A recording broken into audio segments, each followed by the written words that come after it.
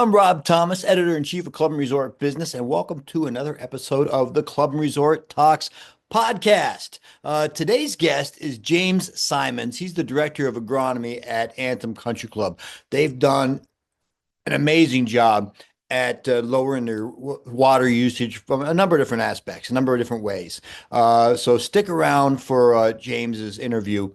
Fantastic guest, and I look forward to sharing that interview with you. But before we get to it, I want to tell you that today's episode is sponsored by Forties. Forties is a fully web-based club management solution that simplifies operations for private clubs, combining technology with exceptional service to improve every aspect of the club experience. From reservations and events to membership management and communications, Forties provides an all-in-one platform to help clubs streamline their operations. Learn more at forties.com. Now we got that taken care of. I told you about James Symons, the director of agronomy at Anthem Golf or Country Club, Anthem Country Club. That's out in Vegas. Let's get to the news. Reynolds Lake Oconee announces eighth golf course. Golf course architect Steve Smyers will design a new private course at the Central Georgia property. Fenmoor Golf Club is slated to open in fall of 2026. That's terrific news. We just had Wes Forrester, I shouldn't say just, it was late last year, but Wes Forrester, PGA Director of Golf at Reynolds, was on this podcast talking about the seventh golf course that opened up. A lot going on in the Greensboro, Georgia area. Terrific. I cannot wait to get down there. I've been invited, and I hasn't worked with my schedule. So fingers crossed I get down there to see this. And I'll tell you, that logo is fantastic. I love dogs. So anything with a dog on is going to catch my attention. But next up, let's head down just a little bit to Florida. This Florida club completes a remarkable comeback after hurricane seasons Milton and Helene last year.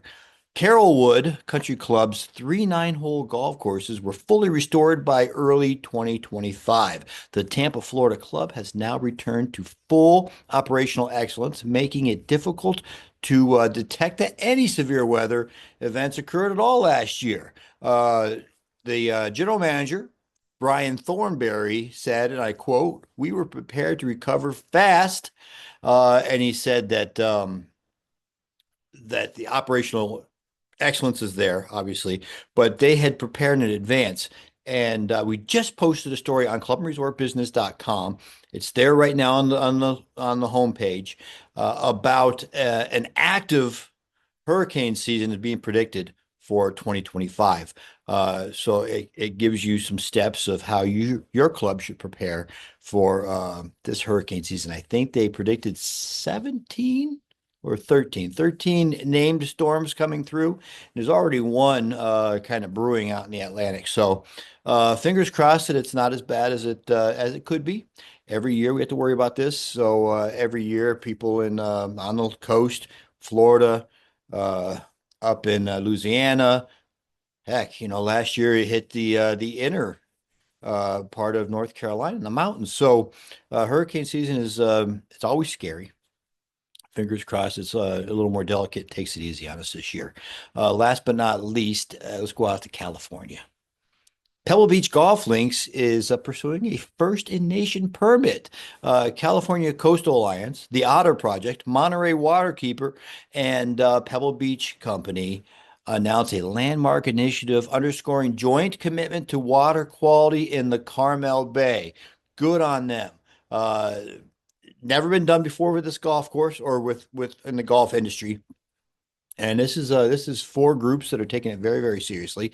Absolutely beautiful part of the country, and let's preserve the wildlife. There was this great picture 2 years ago, maybe 3 years ago, of a person diving for golf balls and an otter right in their face, kind of curious what's going on. The wildlife, the nature, the sea life out there, they deserve the best, obviously. And Pebble Beach Company is doing everything in their power to make sure that the runoff from Pebble Beach golf links is not negatively affecting the coast. So good on them. With all that said, let's get to James Symons, the director of agronomy at Anthem Country Club in Las Vegas. Hello, and welcome back to the podcast. I'm joined by James Symons. James, you are the superintendent at director of agronomy, I'm sorry, at Anthem Country Club. Can you tell us a little bit about the club? Yeah, Anthem is a equity private club owned by the members, built in '99, right around the housing boom in the late '90s. It's a upscale private community with a lot of big homes and wide-ranging prices, from a million all the way to 10 million. We have about 400 members, golf members. We have another 600 social members as well. And I would say it's designed by Keith Foster. It's a beautiful 18 holes, and it's sort of up on the south side of the strip, overlooking the valley. So we got some fantastic views of the strip and the whole vista. It's gorgeous, and then design's really nice. It's a good club. I get out to Vegas about once a year, so I'm gonna have to stop by and see you guys just to see these vistas for myself. Hey, water restrictions have been a part of Vegas golf for decades now. I mean, obviously you're building in the desert. It's not easy to grow turf anywhere, but the desert's awfully difficult. How have these longstanding mandates shaped your overall agronomy strategy at the club? Yeah, so to your point, going back before I even got to Vegas, I got here in 2014, but going back to 2010 when the economy sort of dove in this area in '08, the Southern Nevada Water Authority is really trying to get in front of things, and they were incentivizing clubs to remove turf. So a lot of clubs all over the valley removed over 900 acres of turf across just 45 courses or so, which is a big deal. Since then, some courses have closed just due to the economics and so forth and demand, and then all the while the cost of water has gone up as well. So fast forward to 21, 22 is when the SMWA really cramped down even more in trying to get courses to cut their water allotments by 30, 35, 36%, which is a big deal. It's particularly here at Anthem where we had to reduce our water usage by about 25% to become compliant in 2000 of last 2024 was when it all took effect. So yeah, it's been a tough journey. Vegas is the driest part of the country for sure, and it's sort of a unique climate in that it's the high desert, and so even the water we get is not good. And so what we're using just presents tons of challenges, and then on top of that, we have to use less. So that's where we are. Well, uh, challenge for sure, definitely. 2024, you had mentioned it. Anthem saved nearly 50 million gallons of water, I believe. That's an incredible achievement. Can you walk us through some of the biggest challenges or some of the decisions that were made to help reach that milestone? Yeah, so in 22, we were set to do a full greens renovation at the club. The greens had their own issues and so forth. And that was right around the time that the SNWA laid out these new restrictions that I mentioned.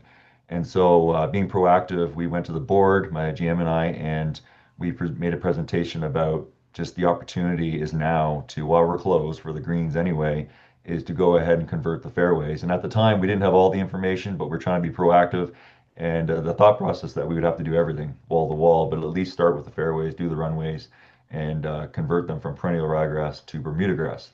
Bermuda grass will save you, 20 to 30% depending on your practices and so forth. But so in that year is when we took advantage of it and we killed all the existing grass and put in Bermuda fairways, and then we've seen the fruit of our labor, so to speak, paying off. And last year, as you were talking about, was the hottest year in Vegas history, shattering records that were, only like 117 was the previous record set 5 times since the 30s, and we hit 120 twice.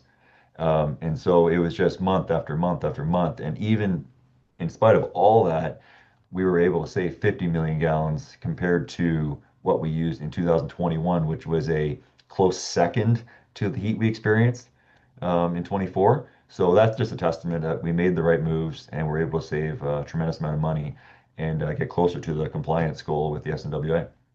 Oh, good on you. That cannot be easy. I think you removed 15 acres of turf, and I think you were talking about the transitioning 48 acres of overseeded Bermuda grass, or non-overseeded. I'm sorry. Um, what was the member reaction? I mean, that was a big change for your golfers. It is. People from all over the north, the northeast, the northwest, they all come to the desert to see green grass and play on perennial ryegrass, which is a very good surface, but it comes with just a lot of water to overseed and to grow it through the hot months and so forth. And Anthem was unique that we didn't really have a good Bermuda base, so there was nothing to transition to in the summer months anyway. So we were sort of stuck with our ryegrass picture, which was very desirable. That's what they use, like Augusta and other courses, is just perennial ryegrass. So the members, there was a lot of questions. We held town hall meetings. We educated the best we could to present that, hey, this and this is all about being good stewards, sort of the new normal of water here in Vegas. This is, like I say, the driest area in the country, and it's really the only solution we have to go forward. Now, all that being said, the Bermuda grasses, or these new hybrid Bermudas, are fantastic. They're staying greener a little longer. They're greening up a little sooner. Do they still go dormant? Absolutely. So you still deal with the tan color, but in the winter months they play great, and then of course in the summer um, they're fantastic. So we have a unique thing here where we have the fairways are Bermuda grass and then overseeded rough still. So it's sort of called a reverse overseed. And so the members have really liked it. I think overall, I think the biggest adjustment from a playability standpoint is just dealing with the grain at some points when you're chipping around the greens. But we do our best to verticut and do certain practices um, to just sort of make that playing surface as best we can. So there's definitely been an adjustment. Well, I'm sure your members can at least throw that excuse out there. Well, it's tough chipping around these greens now. I got to get used to it, right? It's not user error. It's all your fault. Um, Right. so a lot of clubs are hesitant to do the to make this switch. Obviously, you'd mentioned doing the town halls. What other kind of communication were you having with your emails? Were you sending out stuff on the website? Uh, Constant stuff with the members?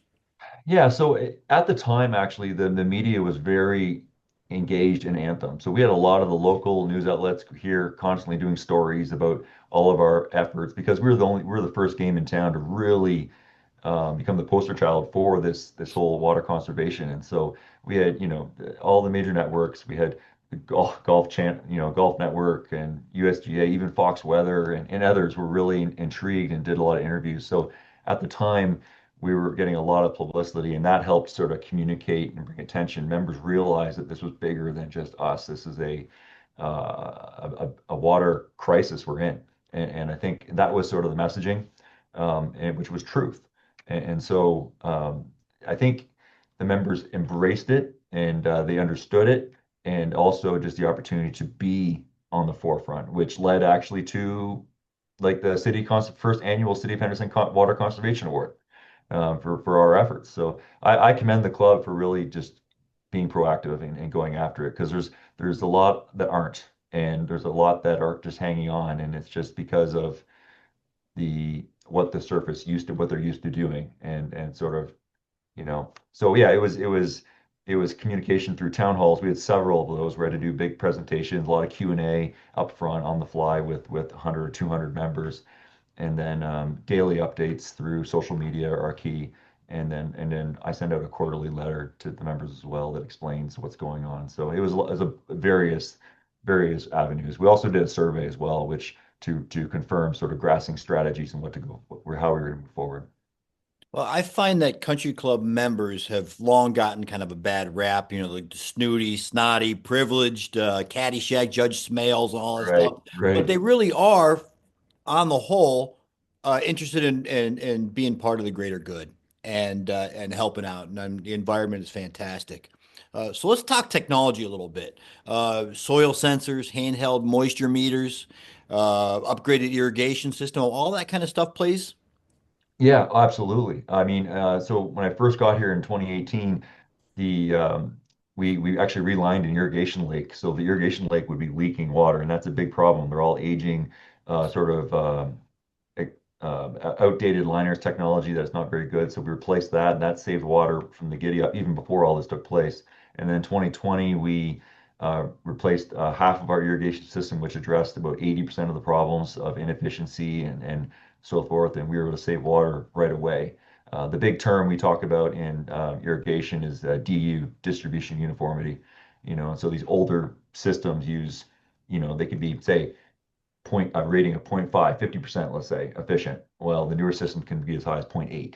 So like right there, that's a 30% swing in efficiency where you can put water where it's supposed to be. So that was a big deal. We on greens, which like the greens is only 3.5 acres, but on greens, most courses, all the good courses will use handheld moisture meters to do that. We have soil meters inside our greens, but the larger scale is the fairways and the roughs. And so because you're talking about 35 to 45 acres each, respectively.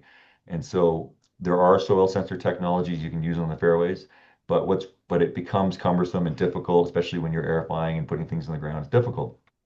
So the latest thing that I'm actually just waiting to implement now is sort of for simplicity's sake, is like a turf radar. You attach it to your fairway mowers, and it scans the turf as you mow it anyway. And then once your mower is returned to the maintenance facility, it uploads it to your cloud, your computer, and then it creates like heat maps of your water content on your fairways. And so that's sort of the new thing that's taking over right now. So now I can take a map, give it to the irrigation techs, and they can go out and actually put water where it's needed by hand before you even see it visibly. So, and that's great. So you're not reacting, you're being proactive. I'm excited for that one.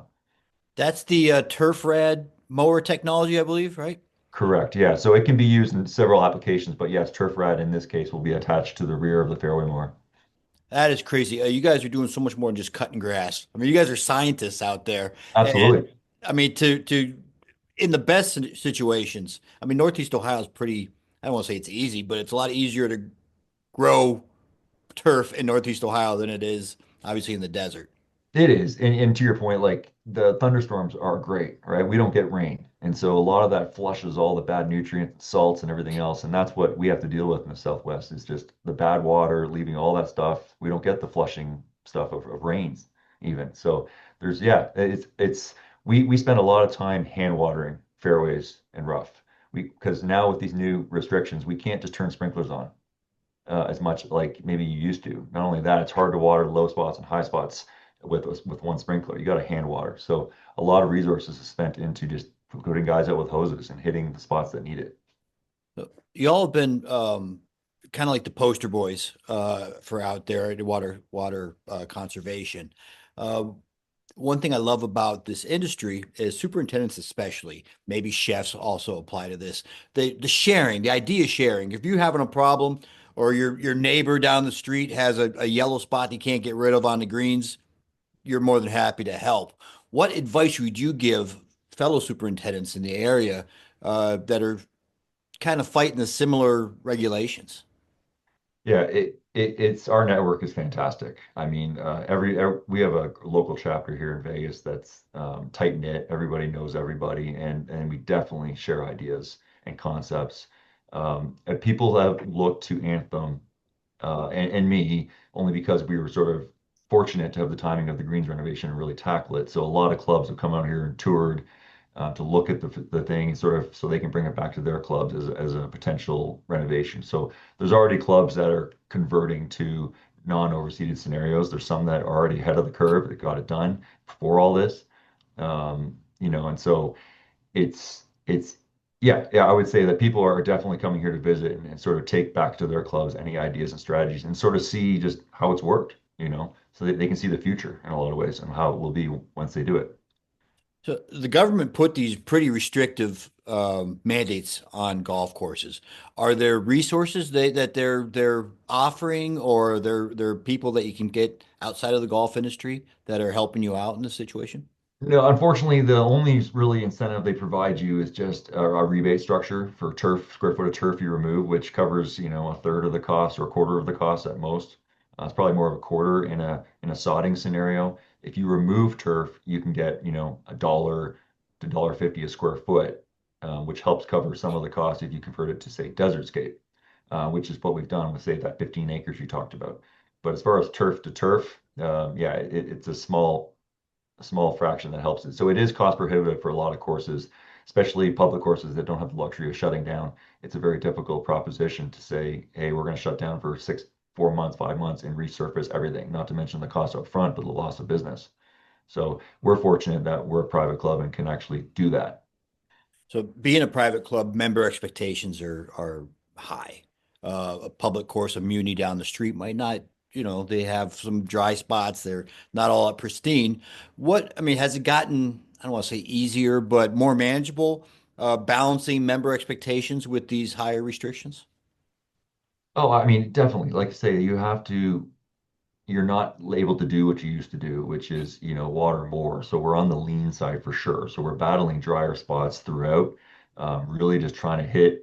I have to forecast, like, I'm keeping track monthly of how I'm progressing to hit the 4.0 acre foot goal for at the end of the year, and so I'm sort of, you try to predict it, but as like last year when the weather just kept getting hotter and hotter and hotter, you just realize you're like, this isn't working out, you know, but I think yeah, I think it's like we just do the best we can with our resources to provide a playable surface that's really well. And I will say it's been very fantastic. Like it's been great. You just deal with some of the winter dormancy things with Bermuda, but aside from that, um, member feedback's been great.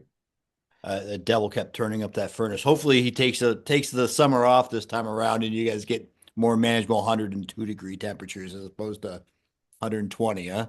Well, right, exactly, exactly. So I'll get you on this one. I always ask our guests to look into their crystal ball.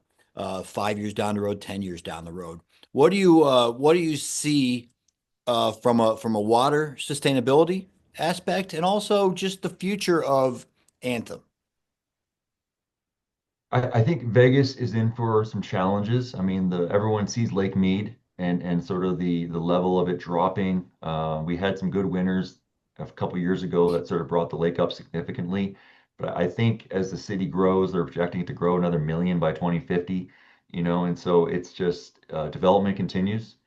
I think realistically there will be pressure put on golf courses and other HOAs are feeling it. They're having to remove turf all over their communities, and I think that it's it's not that it's not bright. It's just concerning, I guess, to be frank. And I think that 5, 10 years down the road, I would, you know, golf courses are being choked. Like I think with the current restrictions, and so here in Vegas and there's really not much more water to save from a irrigation like turf standpoint. There's opportunities to remove turf around and narrow the footprint of the golf course, but if I mean, hopefully the restrictions won't be extended or won't be made more. We can only hope that we get good snowpack off the west side of the Rockies to fill Lake Mead and that will ease the pressure to cut more. I think that golf can't handle that, and so it's our job to communicate with the government, sort of say this is what we are, and here are the impacts of the economy. We have the Nevada Golf Alliance, which I'm a board member of, and they are but of all the allied associations, PGA, GCSAA, the Owners Association, CMAA, and so forth, and they're all partnering together to sort of be one voice to talk up in Carson City, but also on the national level. And these are the things we're concerned about.